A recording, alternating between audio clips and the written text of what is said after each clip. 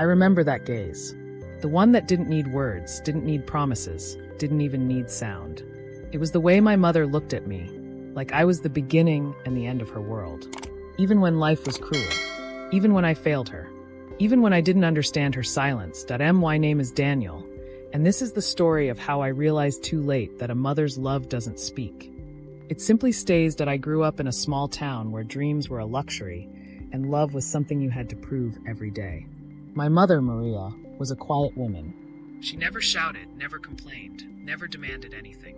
But she worked harder than anyone I've ever known. Every morning before the sun rose, she'd light the stove, boil water for tea, and gently wake me up with her favorite words. Daniel, even flowers have to push through dirt before they see the sun. Back then, I didn't understand what she meant. I thought it was just something poetic she liked to say. But years later, I realized she was talking about herself. She was the flower. The dirt was life. And I was her son. I remember my father leaving when I was 7. He didn't even say goodbye. Just a slammed door and silence.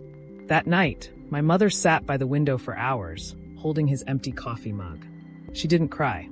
She just stared into the darkness, her fingers tracing the rim as if it still held warmth. I was angry. At him, at her, at everything. I told her, "You should hate him." She smiled softly and said, "Hatred is heavy, Daniel, and I already have enough to carry." That was my mother, turning storms into still water, pain into peace. As I grew older, I wanted to give her everything she'd never had. A house with real walls, not peeling paint. A bed that didn't creak. Shoes that didn't have holes. So I studied, worked part-time jobs, and promised her that one day I'd make her proud. When I got my first job in the city, she came to the bus station to say goodbye. She gave me a small envelope and whispered, "Open it when you feel lost." I laughed and said, "Mom, I'll be fine." She just smiled, that same quiet, knowing smile, and waved as the bus pulled away. I didn't open the envelope for years. Life in the city was loud, fast, and unforgiving.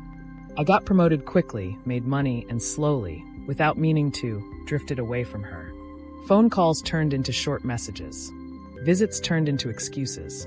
Every time she said, "When will you come home, Daniel?" I'd reply, "Soon, Mom. Just one more project." I thought she'd always be there. Mothers always are, right? But one day I got a call. A voice I didn't recognize said, "Mr. Rivera, your mother has been taken to the hospital." Time froze. The city, the noise, the deals. All of it disappeared.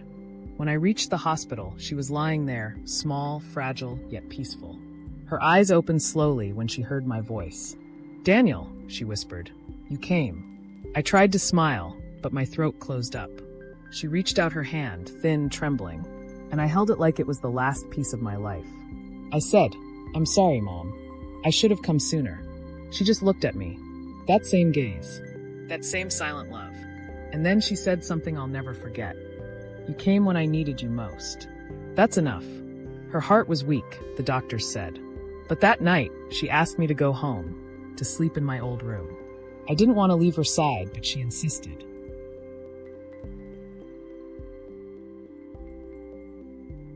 So I went. The house was quiet. Everything was just as I'd left it years ago. My childhood books, her old sewing machine, the photo of us on the kitchen shelf. Then, on the table, I saw the envelope she'd given me the day I left. My hands shook as I opened it.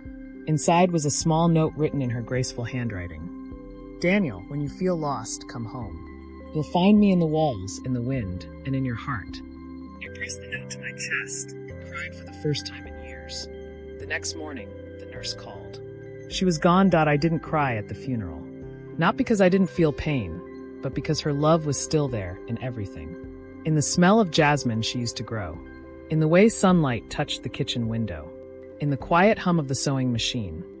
That night, as I sat alone in her room, I saw her photograph on the bedside table.